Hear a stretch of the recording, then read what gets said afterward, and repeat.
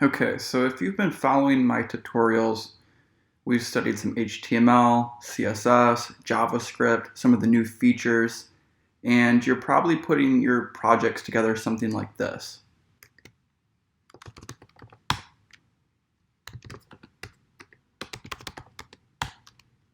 If you don't know how to use your terminal, I have a tutorial and I'll link it in the description. But you should already know how to use your terminal for this tutorial. So you're probably setting your projects up something like this. You have a directory, and then inside that directory, you have an index.html, a style sheet, and probably an app.js. And if you wanted to add a new page, maybe an about page, you could add it like this. But if you're coding your applications like this, you're going to run into some scalability and some organizational issues. Now, I've been wanting to make this tutorial for a while now, but for the last year, a lot of things have been up in the air for the way that the React community wants to develop applications. You used to have class-based components and functional components, and there was lifecycle events. A lot of that stuff you don't have to deal with anymore. And it's made creating React applications extremely easy. I'm really excited to show you guys React. I love using this framework, and you can use it to make some incredible things. So let's just jump right into it.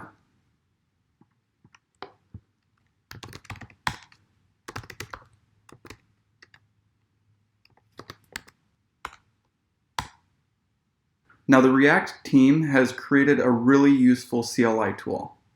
In order to use it, you're going to need Node and npm installed on your machine. If you don't know if npm is installed on your machine, you can just do npm -v, and it will tell you what version you have.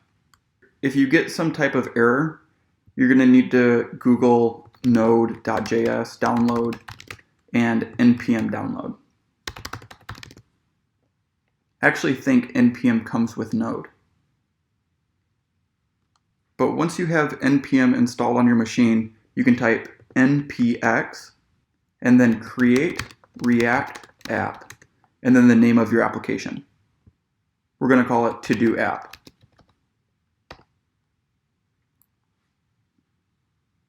And this is going to take a couple minutes to set up the boilerplate for your application.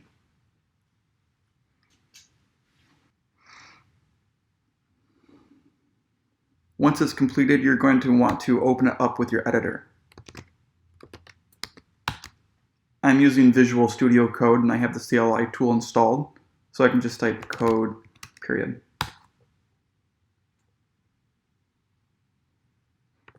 Let me explain to you what these directories do. Since it's an npm project, it's going to have this node modules. This is where it stores all of the modules for your application. For now, you really don't need to worry about this. The public directory contains your index.html. If I just remove these comments,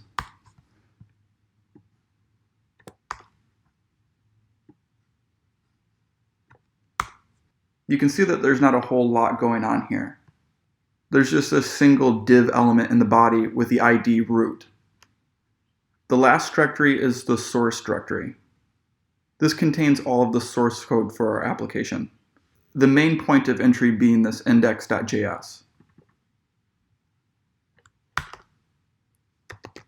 In the index, we're going to import React, React DOM, a style sheet, the app component, a service worker, and then we're going to render that app component in that root element. So in React, everything is a component. And a component is a lot like a container. If we open up our browser, so this whole window would be our app component. And then the app component contains subcomponents. So there's a clock component and there's a rewards component. And these are components that are used within the app component. The app component being the parent component that contains all of those. And sometimes components can share the same HTML, or they can even share the same logic. So in React, you can bundle all of that logic up into a component, and reuse it anywhere that you want to. So we're injecting the app component into this root element. The app component being this component right here. Then it has a bunch of boilerplate stuff that we can just get rid of.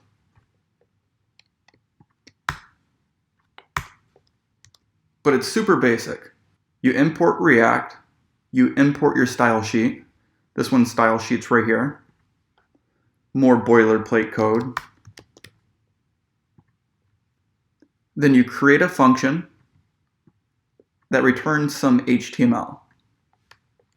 Now this probably looks pretty weird to you if you've never seen JSX. But JSX allows us to code HTML within our JavaScript, which is another reason why React is so powerful. All of that component's HTML structure and JavaScript logic and style can all be bundled together into components that you can reuse. So how do we see this application? Let's just put something in here. Hello world. Well, in your terminal, you can just type npm start.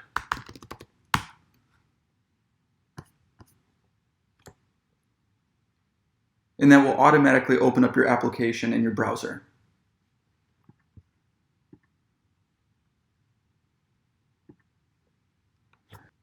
We can change this title in our index.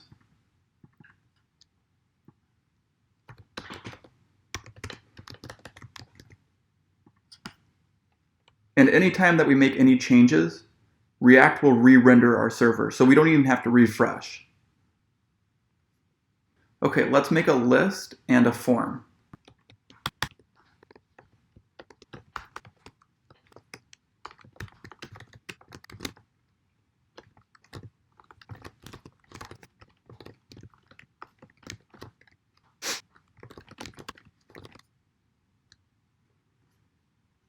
And we can add some padding to our index.css. This is a global style sheet.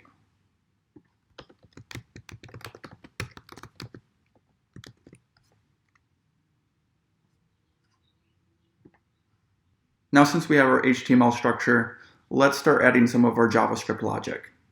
We're going to need a variable to store our items in. We're going to want to import useState from React.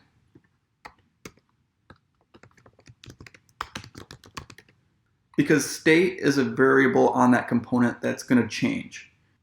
And you're going to want to add and remove items from this component. So this variable is going to change. And we want our UI to reflect those changes. So if you have a variable that's going to change based off of some user interactivity, you're going to want to use state. When you use state, it returns an array. Use state only needs one parameter, which is the default value. And the original state of our items list is just going to be an empty array. Now this function returns an array, and we're going to want to assign that array to a variable that we can use. Within this array, we have two values. The first value being the current state, and the second value being a function to update the state. So we're going to want to destructure this array. If I have an array that has Jade, 28,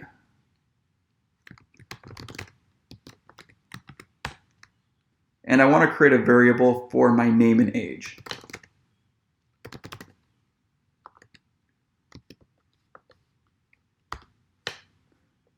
This is one way that we could do it, but we could also deconstruct this array. The first value in the array is the name, and the second value is the age. And now we have access to those values. Okay, so useState returns an array that has two values. The first value being the current state, so we'll call it items, and the second value being a function to update the state.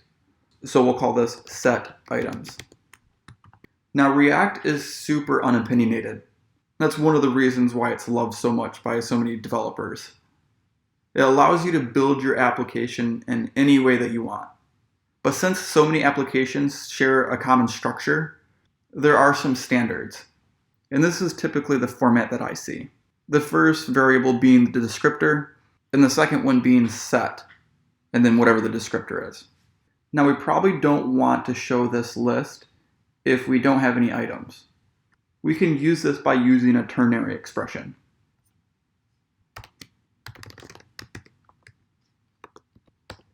Ternary expressions typically look like this.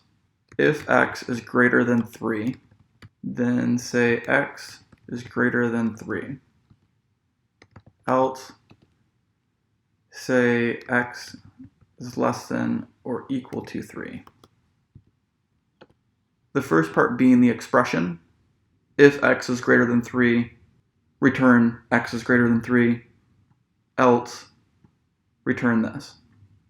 Now we can put that logic right inside of our HTML. To insert JavaScript values into JSX, you just have to put some curly boys. Then you could put whatever you want in here.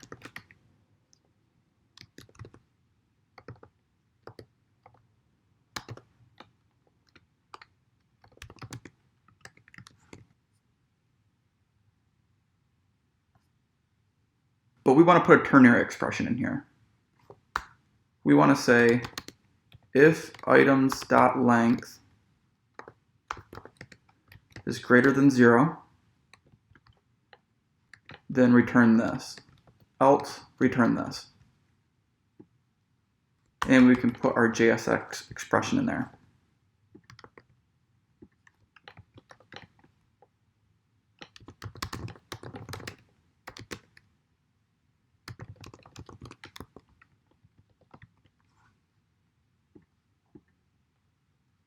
If your editor isn't handling the JSX well, you're probably going to want to download an extension.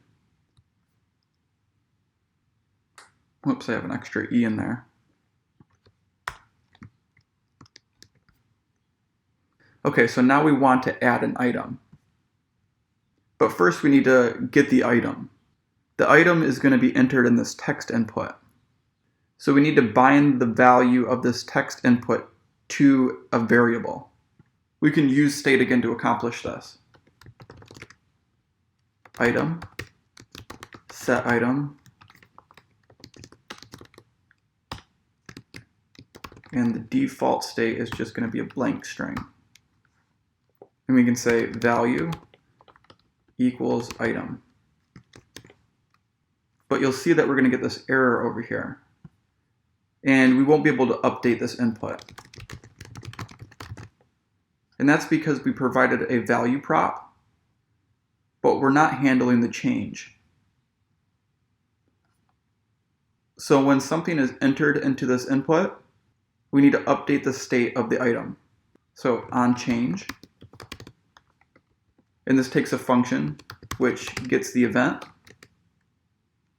and we can say set item, and we want to set it to the value of this event.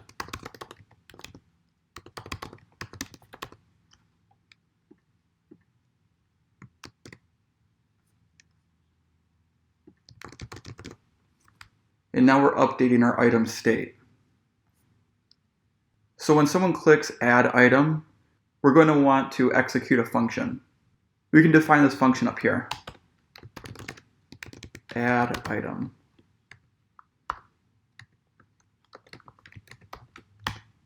And we're going to add our item to our items list. So set items, and we're going to pass it an array with all of the previous items, and we're going to append our item to the end. Now we're going to want to bind this function to our button.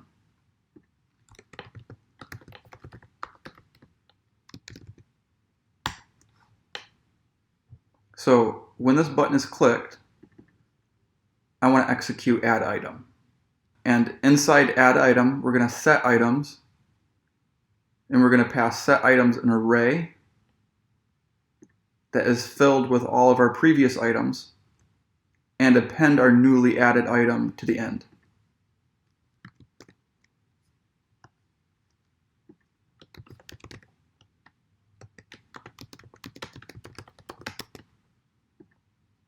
Okay, so we get our list now, but there's a couple problems. It's not showing our items, and it doesn't clear this input. Let's start with clearing this input. So after we set the items, let's set item to just a blank string again.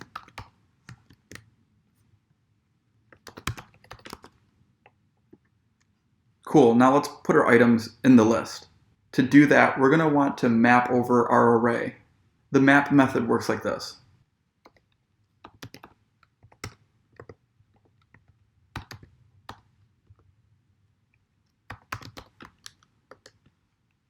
The callback function gets a few parameters. The first couple being the value and the index. And then let's just append something to the end of the string. Maybe 1, 2, 3. And you'll see that we get this new array with all those values appended. So we can map over our items. We'll get rid of this one. We'll insert those curly boys. That way we can start writing JavaScript. And we'll do items.map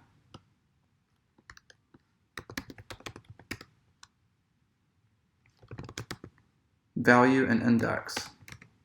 And we'll return the list item element with the value in it.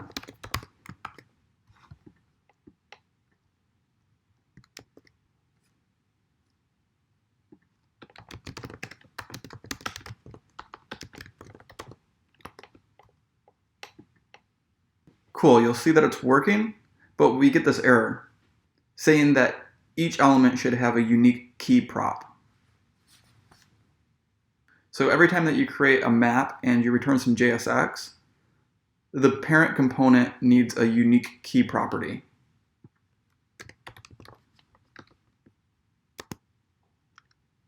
We can just say item, then the index of the item.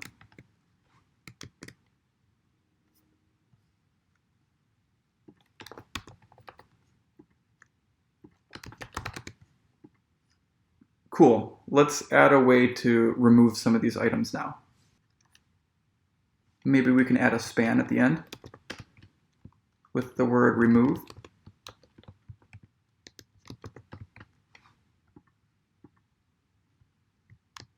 And we'll add learn JavaScript as a default value.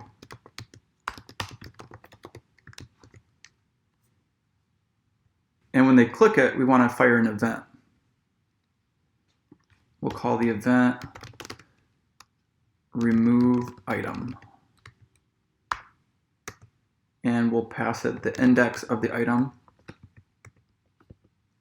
And we'll set items to the current items list.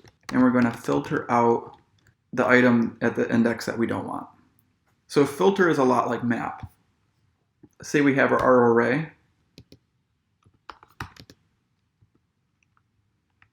And instead of map, we'll do filter. And this just needs to return true or false. True if you want it to stay in the array, and false if you want to remove it. So since we're returning false for everything, it's just a blank array.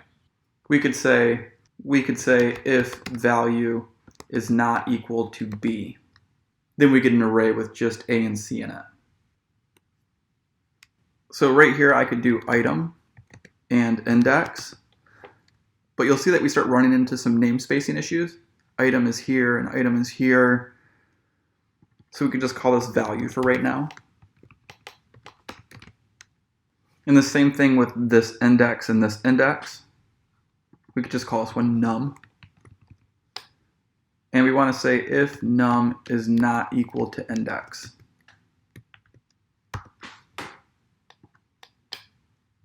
Cool. And we're going to want to bind that to our element. On click.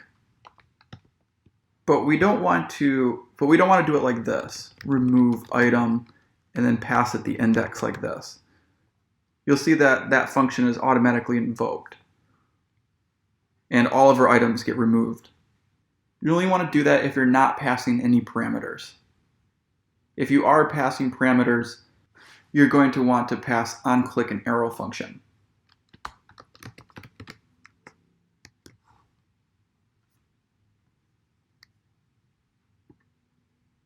Awesome, everything is working. But this application is becoming pretty bulky and unorganized. So let's break out our list and our form into their own components. Right now, everything is just living right in our app component.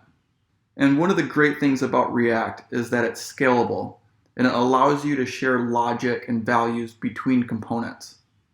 We'll create a directory and we'll just call it components. And we'll make a form component and a list component. Creating a component in the past used to be kind of complex, but now with hooks it's extremely easy. All components are functions that return JSX. So to create a component, all you have to do is import React,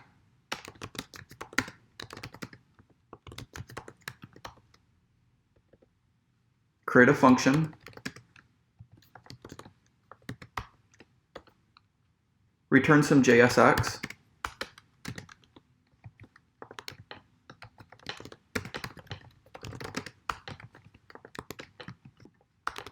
and then export your function.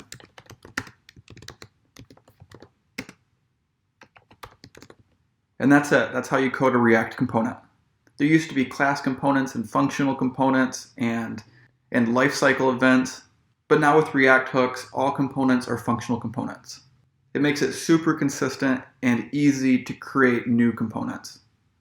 So if we save this and we import it into our app,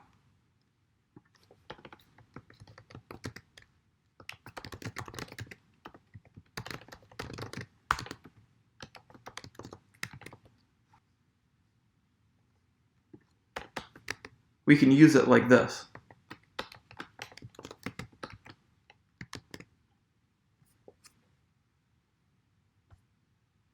Let's copy over this code into our form component.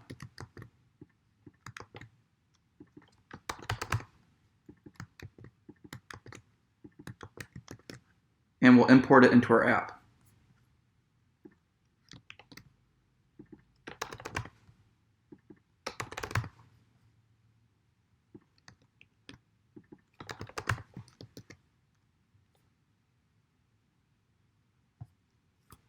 And let's move all of this over to our list component.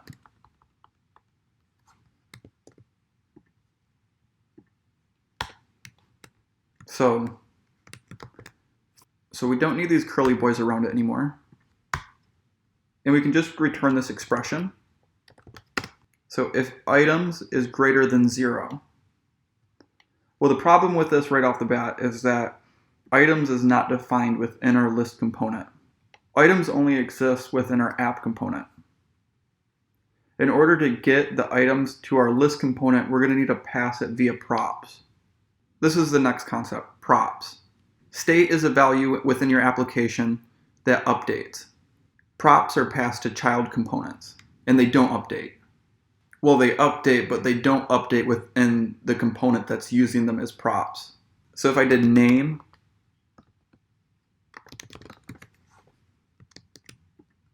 and in order to get access to the props, you'll need to pass them as a parameter to this function.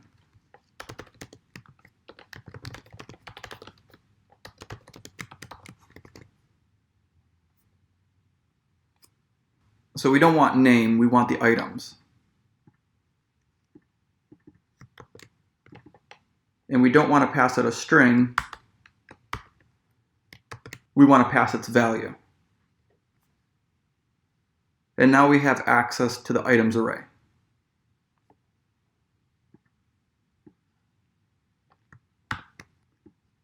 Now we can return props.items.length. If the item's length is greater than 0, then return this list. Else return this paragraph tag. and we'll need to update this one as well. Another thing that's not available within this component is this remove item function. We could actually move this logic over to that component as well.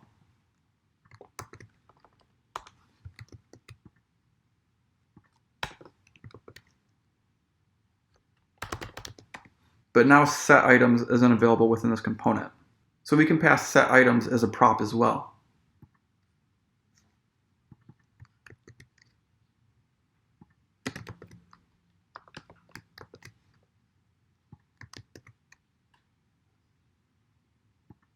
And then we'll do props.setItems.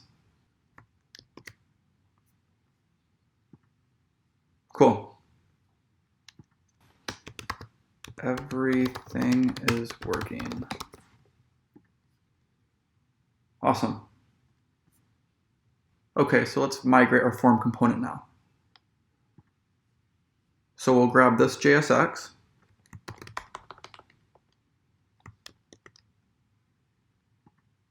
And we'll return it within our component. But we're going to get an error because that component doesn't have a parent element.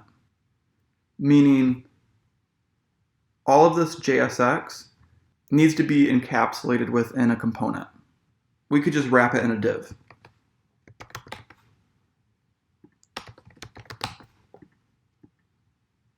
And we're going to get the same errors where we don't have access to these values anymore. Now we could pass all of these as props, but this item state is only used within the form. So we could just move that over there as well.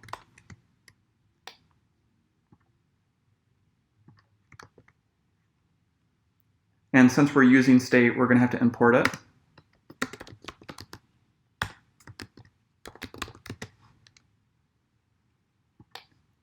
And we can just migrate over this add item function as well.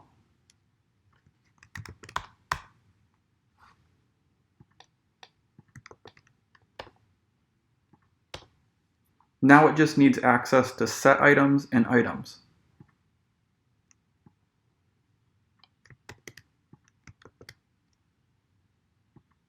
We'll need to add props to our component. And we can do props.setItems and props.items.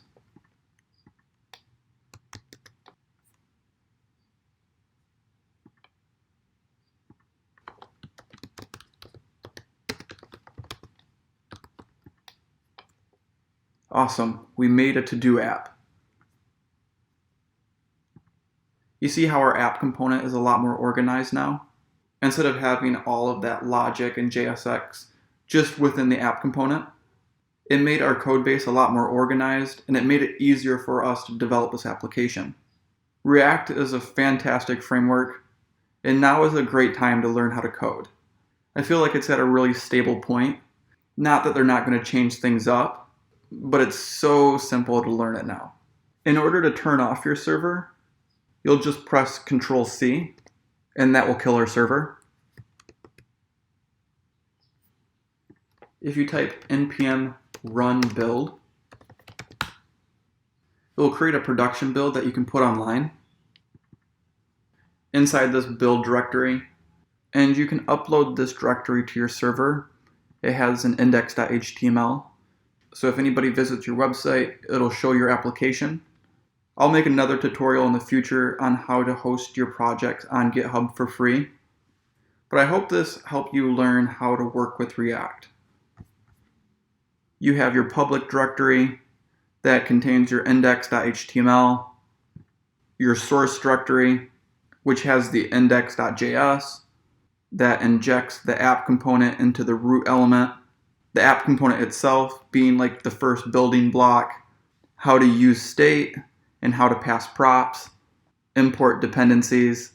Typically every component would have its own style sheet. It's like list.css.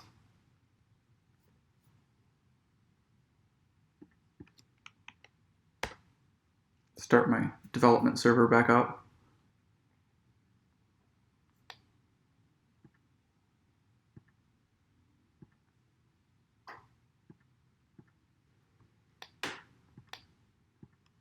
And the main parent component would have a class name of whatever the function's name is.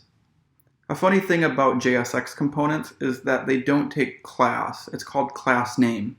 It works the exact same way, but you have to write class name or you're going to get errors.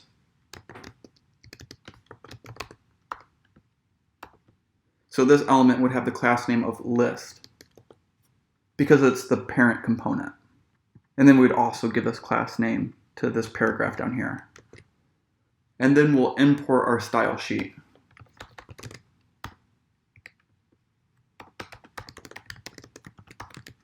And then you can just code your style.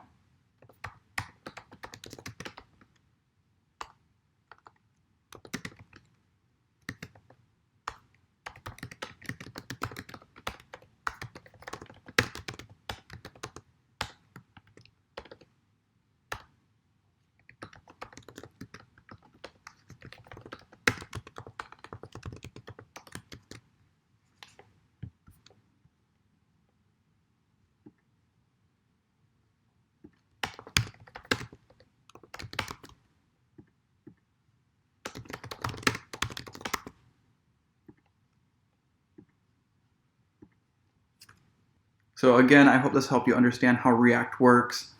There's so many more features that I want to show you, but I feel like this leaves you at a great point for you to get started. If you're wondering what kind of JavaScript framework you should learn in 2020, Vue, Angular, React, in my opinion, definitely React. I've made so many cool things with it already. It's so flexible, unopinionated, it allows you to build your application in any way you want. It's extremely easy to pick up and learn. There's a ton of great documentation online, and there's also a really high demand for React developers. So my favorite JavaScript framework of 2020. Thanks for checking out my video. I love your guys' feedback. Please leave me a comment, thumbs up, subscribe, and I'll see you next time.